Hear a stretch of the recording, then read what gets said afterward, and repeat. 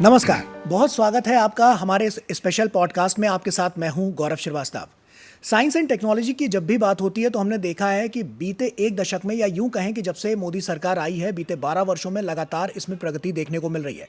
और ये प्रगति इसलिए भी है क्योंकि लगातार जो अलग अलग तरीके से इसमें इनिशिएटिव्स लिए गए और लगातार जो इस पर फोकस किया गया, उससे आज जो क्रांति आई है वो बदलते दौर की एक नई तस्वीर पेश कर रही है। इन तमाम अहम पहलुओं पर हम बात करेंगे और जानेंगे कि आर्टिफिशियल इंटेलिजेंस हो या इसके अलावा स्पेस सेक्टर हो, इसके अलावा अगर हम रिन्यूएबल एनर्जी की बात करते हैं या क्वांटम टेक्नोलॉजी की बात करते हैं, ये सब कुछ इतना बड़ा हुआ है बीते 12 वर्षों में। अभी हाल में कहाँ पे है और किस तरह से जो फ्यूचरिस्टिक प्लान है वो क्या कुछ कहता है, इसी पर बात करने के लिए हमारे साथ बहुत ही खास मेहमान हमारे साथ जुड़े हैं।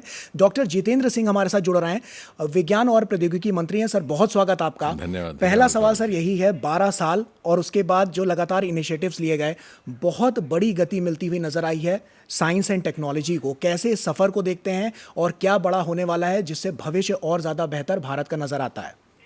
नहीं, जैसे कि आपने कहा कि प्रधानमंत्री मोदी जी के आने के बाद जहाँ तक विज्ञान को लेकर के अगर हम बात करें, ये साइंस टेक्नोलॉजी की, तो एक पैराडाइम शिफ्ट हुआ जी। उसका प्रमुख बिंदु एक तो ये था कि इसको बहुत ज़्यादा प्राथमिकता हासिल हुई। पहले साइंस टेक्नोलॉजी संबंधित विषयों को बहुत ज़्यादा प्राथमिकताएं नहीं मिलती थी पॉलिटिकल गवर्नमेंट्स की तरफ से, और प्रधानमंत्री जी स्वयं इसमें रुचि लेने लगे। दूसरा, प्राइवेट सेक्टर को इन्वॉल्व किया गया, जी। ये समझते हुए कि अगर आज की दुनिया में हमें इससे आगे बढ़ना है तो हम साइलोज में नहीं चल सकते। जी।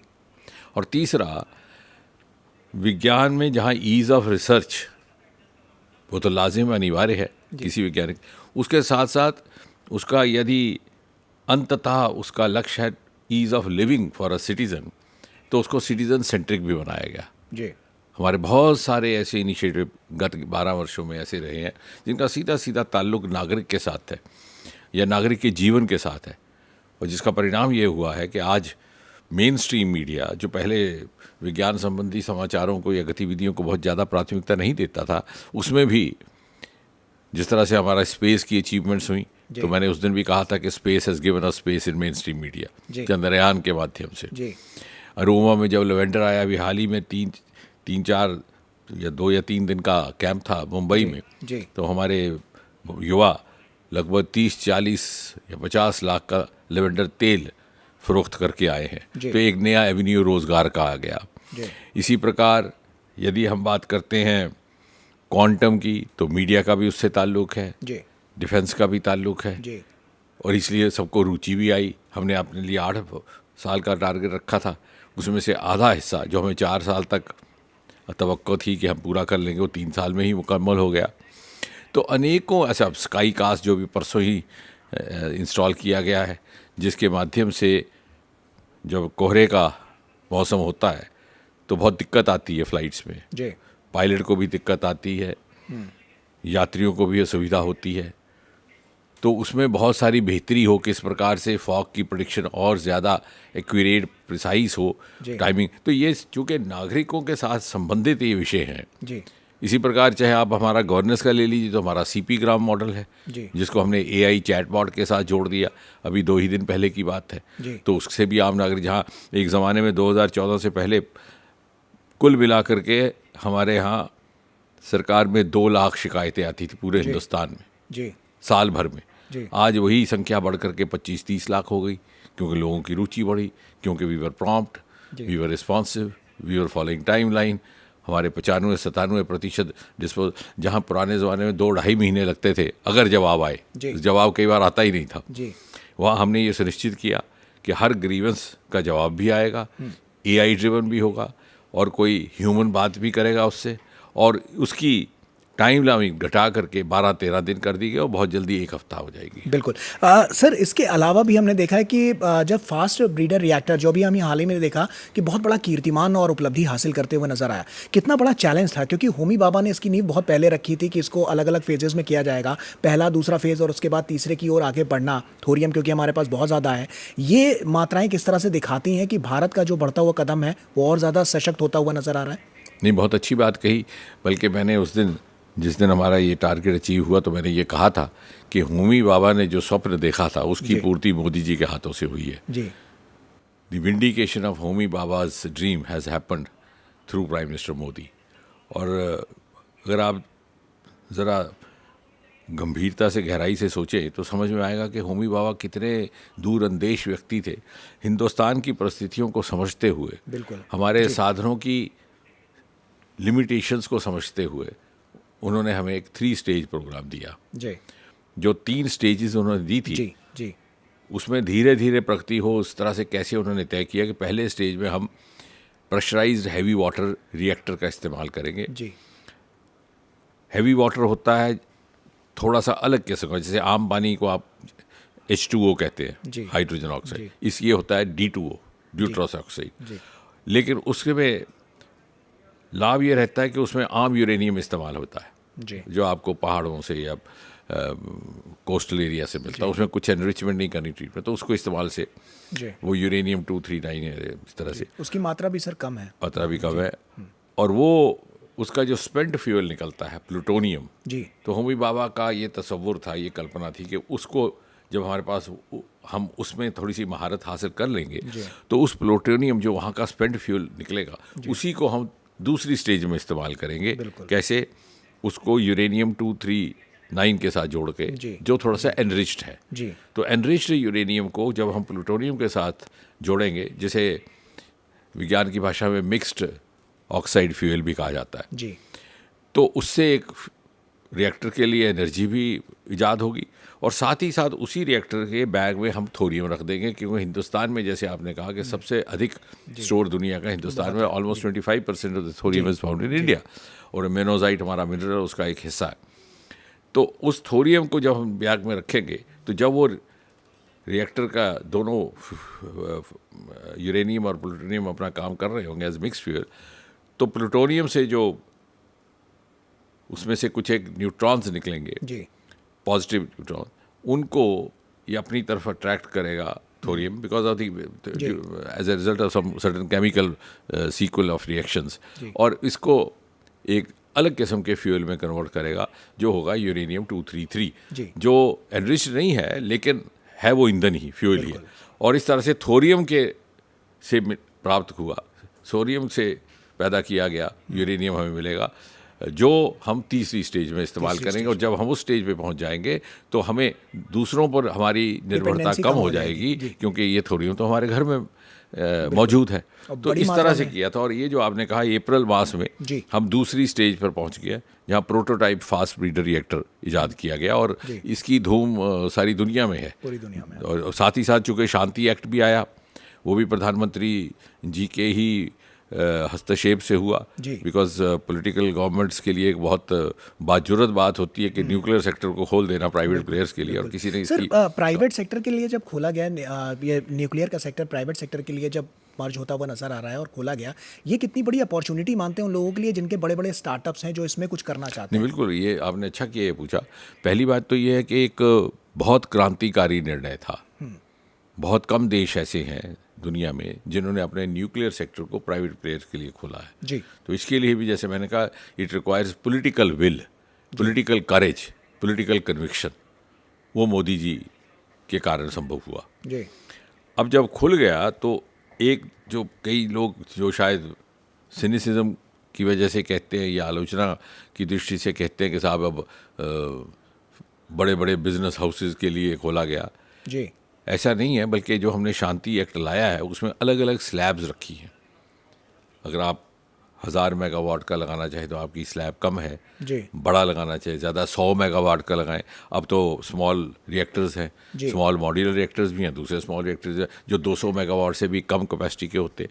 तो ऐसा भी हो सकता है कि एक बड़ा इकोसिस्टम बनाया गया है पिछले 12 साल में, जो जिसको आप कंबाइन करके कुछ एक लोग, अगर युवा मिल जाएं, एक ग्रुप बनाएं स्टार्टअप का, and then mature into entrepreneurship. तो जैसे हमारा RDI फंड भी है, 50% सरकार की ओर से मिलता है, बहुत कम इंटरेस्ट पर। तो आप एक छोटा रिएक्टर भी लगा सकते हैं। यानी दूसरे शब्दों में ये कहा जा सकता है कि शांति एक्ट के आने के बाद और प्राइवेट सेक्टर खोलने के बाद बड़े हाउसेस तो अलग बात है, लेकिन जो छोटे छोटे ग्रुप्स हैं स्टार्टअप्स के, एंटरप्रेन्योर्स के, उनके लिए भी लाइवलीहुड, रोजगार का एक नया साधन और बड़ा ल्यूक्रेटिव साधन होगा। और आने वाले ज़माने में इसकी मांग दिन प्रतिदिन बढ़ती जा रही है, क्योंकि आर्टिफिशियल इंटेलिजेंस का ये युग है। उसमें न्यूक्लियर एनर्जी का होना लाजिम रहेगा ही रहेगा। बिल्कुल। सर, एक सवाल और, एक बड़ी उपलब्धि जो लगातार हम देख रहे हैं कि आपके नेतृत्व में भी आगे बढ़ती हुई नजर आई है, क्वांटम टेक्नोलॉजी को लेकर, उसके नेटवर्क को लेकर।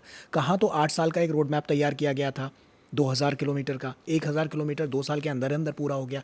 कितनी बड़ी सर, क्या चैलेंजेस थे इसके पीछे, और कैसी उपलब्धि इतनी जल्दी हासिल की गई? क्वांटम मिशन हमने लॉन्च किया था सन 2023 में जी।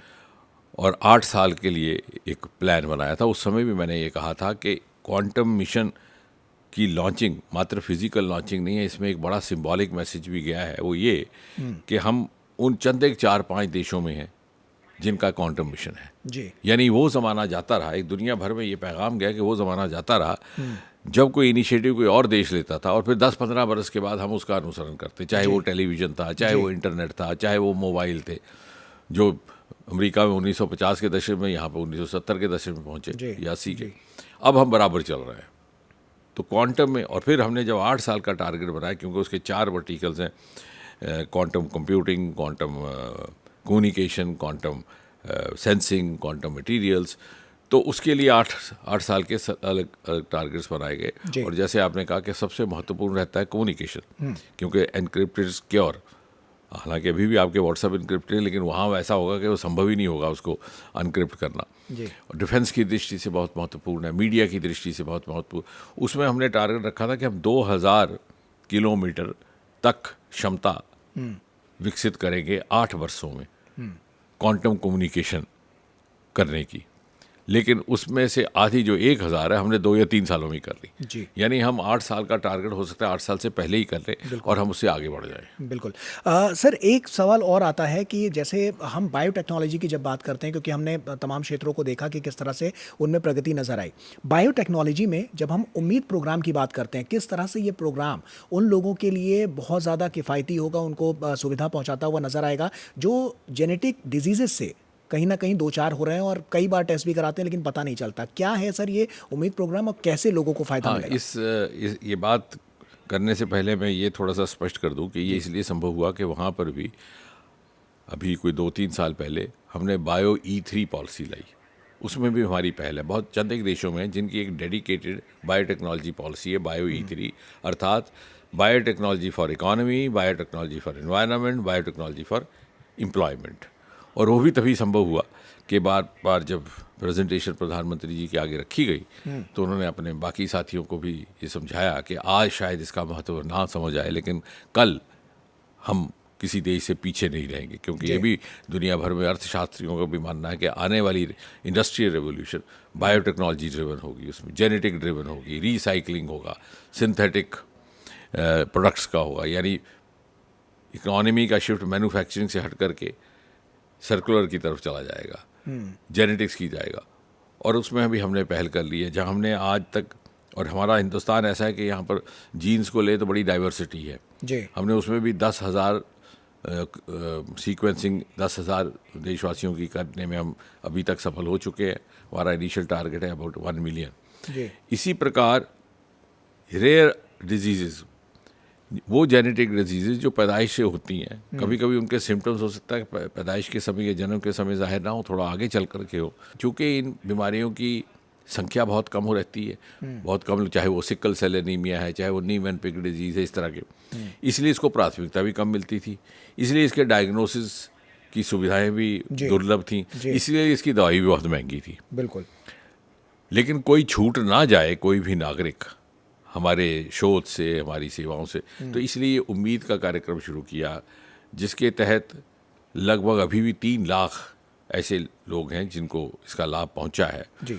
और उसमें हम अलग अलग चरणों में अपनी उसमें जो रेयर जेनेटिक डिजीज़ हैं उनमें किस तरह से सहयोग दिया जा सके मरीज को, डायग्नोसिस कैसा हो, अर्ली डिटेक्शन हो, उसके बाद टेस्ट की क्या फैसिलिटी रहे, औषधियों की क्या रहे, उसको लेकर के जी। और इसी तरह से हमने बायोटेक्नोलॉजी का अगर आप देखें तो बायो E3 पॉलिसी के ही तहत हिंदुस्तान का सबसे पहला एंटीबायोटिक भी हमने ईजाद किया है। अभी तक जितने एंटीबायोटिक थे, जो पहला एंटीबायोटिक आया था सन 1948 के लगभग, पेनिसिलिन, उस समय पाउडर का था, तो सेकेंड वर्ल्ड वॉर में उसका पाउडर थोड़ा इस्तेमाल किया गया था वुंड्स पे, तो वहाँ से पता चला कि सारी इन्फेक्शन के लिए फ़ायदेमंद रहता है। उसके बाद इसकी इंजेक्शंस बने, बाद में टेबलेट बनी, तो उसको इस समय क्वीन ऑफ ड्रग्स कहा जा रहा था। लेकिन तब से लेकर के जितनी भी सक्सेसिव जनरेशन ऑफ एंटीबायोटिक्स हुई हैं, चाहे वो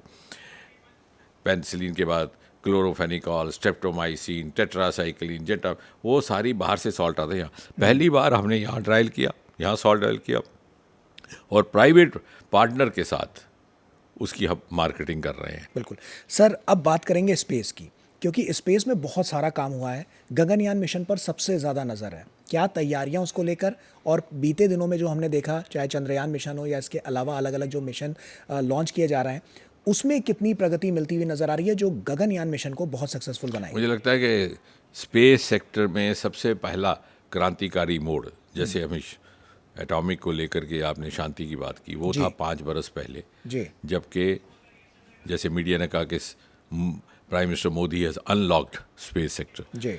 पहली बार स्पेस को प्राइवेट प्लेयर्स के लिए खोल दिया गया, क्योंकि हमारा ये मानना है कि विज्ञान, शोध, टेक्नोलॉजी ट्रांसफ़र, कमर्शलाइजेशन तभी संभव है कि आप प्राइवेट सेक्टर को पहले दिन से ही साथ लेके चलें। सर, ये इससे भी कनेक्टेड है जो प्राइवेट रॉकेट्स भी लोग जो बना रहे हैं अलग-अलग कंपनी? निश्चय। अब देखिए, हम आज से 5 साल पहले हमारा स्पेस इकोनॉमी हिंदुस्तान की कोई बहुत ज़्यादा उल्लेखनीय नहीं थी जी।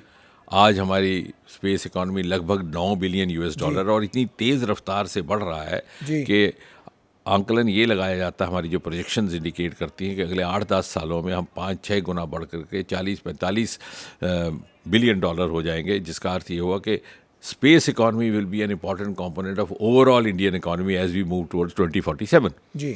और हमारा स्पेस सेक्टर में स्टार्टअप्स सिंगल डिजिट हुआ करते थे, आज 400 से बढ़ गए जी। और एक हाल ही में शुरू हुआ स्टार्टअप हमारा यूनिकॉर्न भी हो गया पिछले कुछ दिन पहले जी। अब प्राइवेट सेक्टर में रॉकेट्स भी बनाए जा रहे हैं, लॉन्चिंग्स भी हो रही हैं, और वो इसलिए संभव हुआ है कि प्राइवेट सेक्टर का सहयोग पब्लिक सेक्टर के द्वारा हो रहा है, और दोनों एक समन्वय बना करके कोलैबोरेटेड अप्रोच के साथ चल रहे हैं। और आने वाले समय में हिंदुस्तान की ये भी खासियत है, हमारे रॉकेट्स तो जा ही रहे हैं जी। रॉकेट से खबर हमारी बड़ी ज़्यादा बनती है, जैसे चंद्रयान के लेकर के it's a very fascinating site. लेकिन हिंदुस्तान की ये विशेषता है कि हमने स्पेस सेक्टर को जितना स्पेस मिशंस के लिए इस्तेमाल किया है, उससे अधिक नागरिक जीवन में सुविधा लाने के लिए, ईज़ ऑफ लिविंग। उदाहरण के तौर पर प्रधानमंत्री मोदी जी के इस सुझाव पर गति शक्ति शुरू किया। गति शक्ति इज़ अ ग्लोबल मॉडल जो इंफ्रास्ट्रक्चर कंस्ट्रक्शन में काम आता है, उसकी मॉनिटरिंग में, उसकी टाइमलाइंस को निर्धारित तरीके से संभालने में, उसकी जो बाधाएं हैं, तो ये गति शक्ति इज़ अ स्टोरी। हमारा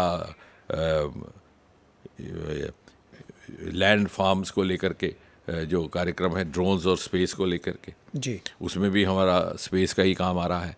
हमारे मीडिया और टेलीविज़न चैनल्स तो हैं ही हैं, तो कहने का अर्थ ये है कि हमारा space sector is virtually in every household, every Indian household today जी। और वॉरफेयर आपने देख ही लिया, ऑपरेशन सिंदूर में, उसमें 2 ही विभाग थे मुख्य तौर पर, एक स्पेस सेक्टर और दूसरा न्यूक्लियर सेक्टर। तो ये सारा वॉरफेयर, उससे हमारी क्षमताएं, और आज ये स्थिति है कि हमारी ब्रह्मोस मिसाइल्स हम ना केवल इंडिजिनस बना रहे हैं, बल्कि इंडिजिनस को एक्सपोर्ट कर रहे हैं। हमारा डिफेंस सेक्टर अधिकतर इंपोर्ट्स पर डिपेंड करता था 2014 से पहले।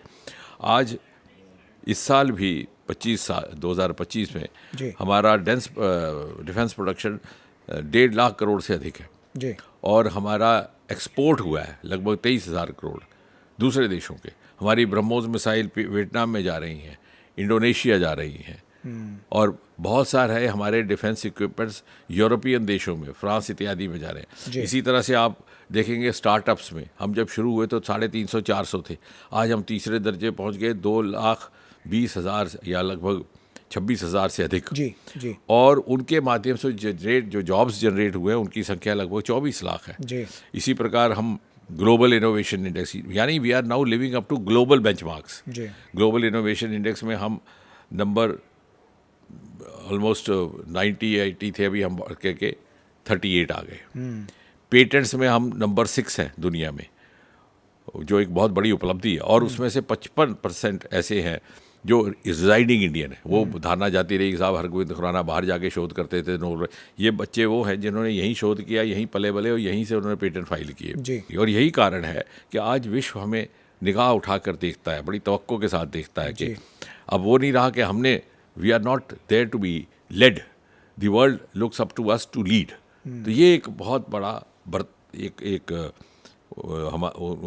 हमारा भी माइंडसेट बदला है और दुनिया का नज़रिया बदला हमारे प्रति, और हमें देखने किस तरह से भारत टेक्नोलॉजी क्योंकि क्रिएटर बन रहा है, ऐसे में आर्टिफिशियल इंटेलिजेंस का आप कितना बड़ा योगदान मानते हैं? और तमाम क्षेत्र, चाहे हम क्वांटम की बात करें वो भी, और इसके अलावा रक्षा की हम बात कर रहे हैं वहाँ पर भी, आर्टिफिशियल इंटेलिजेंस में किस तरह से जो नई गति है वो देते हुए नजर आ रही है अगर साइंस एंड टेक्नोलॉजी की बात करें तो? नहीं, आर्टिफिशियल इंटेलिजेंस तो एक ऐसा टूल है जी, जो अभी it's no longer an option, it's a necessity. ये तो इस्तेमाल में होगा ही, चाहे कोई भी क्षेत्र होगा, हेल्थ होगा, कम्युनिकेशन होगा, रिसर्च होगा।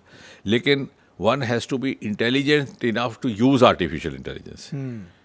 तो आर्टिफिशियल, और हमने जो कई ऐसे प्रयोग किए हैं जहाँ हाइब्रिड मॉडल बड़े कामयाब साबित हुए। यानी जैसे हमारा CP ग्राम्स है, ग्रीवेंस रिट्रेसल, उसमें हम AI के द्वारा चैटबॉट भी रखा है, AI के द्वारा डिस्पोजल भी होता है, लेकिन डिस्पोजल के बाद शिकायतकर्ता से बातचीत वार्तालाप एक व्यक्ति करता है, उससे उसको थोड़ा सा सेटिस्फेक्शन लेवल होता है। इसी तरह से हमने टेलीमेडिसिन में भी कुछ प्रयोग किए हैं जहां हम एक फिजिकल डॉक्टर बिठाते हैं और साथ में AI डॉक्टर। AI का लाभ ये है कि अगर आप चिकित्सा जगत को ले लें, या जीन्स की बात कर रहे थे, तो इतने सारे जीन्स को स्क्रीन करने में हमें कई दशक लग जाएंगे, यहाँ मिनटों में बात हो जाती है। ईज़ ऑफ वर्किंग बहुत ज़्यादा है आर्टिफिशियल इंटेलिजेंस में, और जो लैंग्वेज मॉडल्स हैं, चाहे large language model, small language, उसका हमने इस्तेमाल किया है। एग्रीकल्चर के लिए अलग बनाए हैं, मौसम विभाग के लिए अलग मॉडल्स बनाए हैं। वो भी चूँकि मौसम विभाग भी मेरे साथ जुड़ा हुआ है, उसमें हमने अब 9 कास्ट का रखा है। 9 कास्ट यानी आप घड़ी देख के 3 घंटे का प्लानिंग कर सकते हैं अगर आपने कहीं मीटिंग पे जाना कि छतरी लेके जाएं कि ना जाएं। और हमने शुरू उसको किया जो ज़्यादा रेन प्रोन एरियाज़ थे, जैसे मुंबई है, चेन्नई है। इसी प्रकार अब 9 कास्ट के ही तर्ज पर स्काई कास्ट शुरू किया, जो फॉग डिटेक्शन कर सकता है, जो एयरक्राफ्ट है उनके लिए। तो हर क्षेत्र में इस तरह से टारगेट्स रखे गए कि हम दुनिया के दूसरे देशों की बराबरी कर सके। ये नहीं कि हम कंप्लेसेंट हो जाएंगे, साहब ठीक है इतना हो गया काफ़ी है।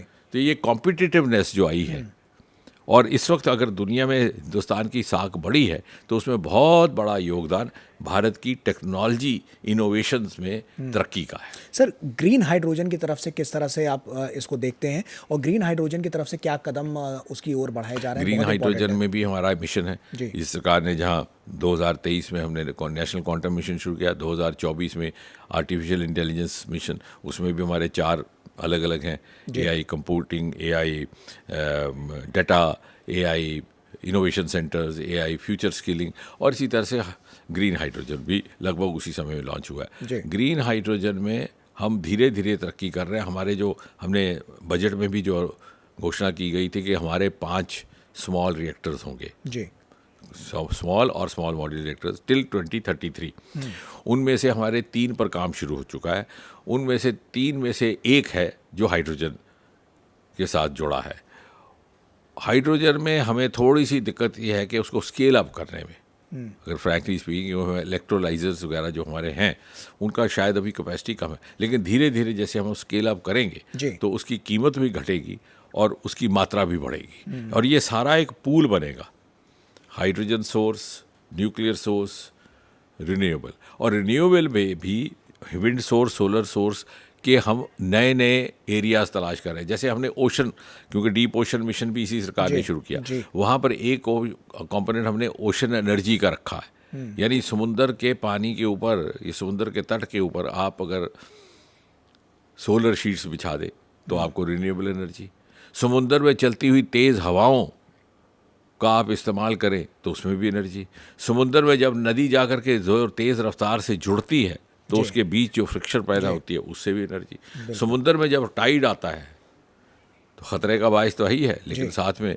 जैसे कहते हैं कि every adversity is accompanied with a virtue, उससे भी बिजली ईजाद होती है। तो समुंदर से भी अलग अलग रिन्यूएबल एनर्जीज, और मुझे लगता है कि सन 2047 जो हमने रखा है, वहाँ 100 गीगावाट तो न्यूक्लियर एनर्जी होगी, जो लगभग 10-15% पूरे हमारी ज़रूरत का हिस्सा बनेगी। लगभग 60-70% हमारा न्यूक्लियर एनर्जी होगा। बिल्कुल। सर, हम बिल्कुल अपने आखिरी क्षण में आ गए हैं इस पॉडकास्ट के। आपसे चाहूँगा एक कोई फाइनल मैसेज 12 साल और उसके बाद जो लगातार साइंस एंड टेक्नोलॉजी में काम हुआ है उसको लेकर दर्शकों तक। मुझे लगता है कि 12 साल और इसके आगे हम कैसे जाएंगे, 2047 का हम लक्ष्य कैसे प्राप्त करेंगे। अक्सर चर्चा की जाती है, लेकिन इसको साइंटिफिक ढंग से नहीं सोचा जाता जी। वो उन सेक्टर से जो पहले ना तलाशेंगे ना तराशेंगे, इधर अनएक्सप्लोर्ड और अंडर एक्सप्लोर्ड, जैसे हमारा ओशन है जी। भारत एक ऐसा देश है जिसका 11-12 हज़ार लंबा समुद्री तट है, 12-13 प्रदेश इसके तट पर बसते हैं जी। उसके अंदर संपत्ति ही संपत्ति है, माइंस, मिनरल, किसी ने नहीं देखा।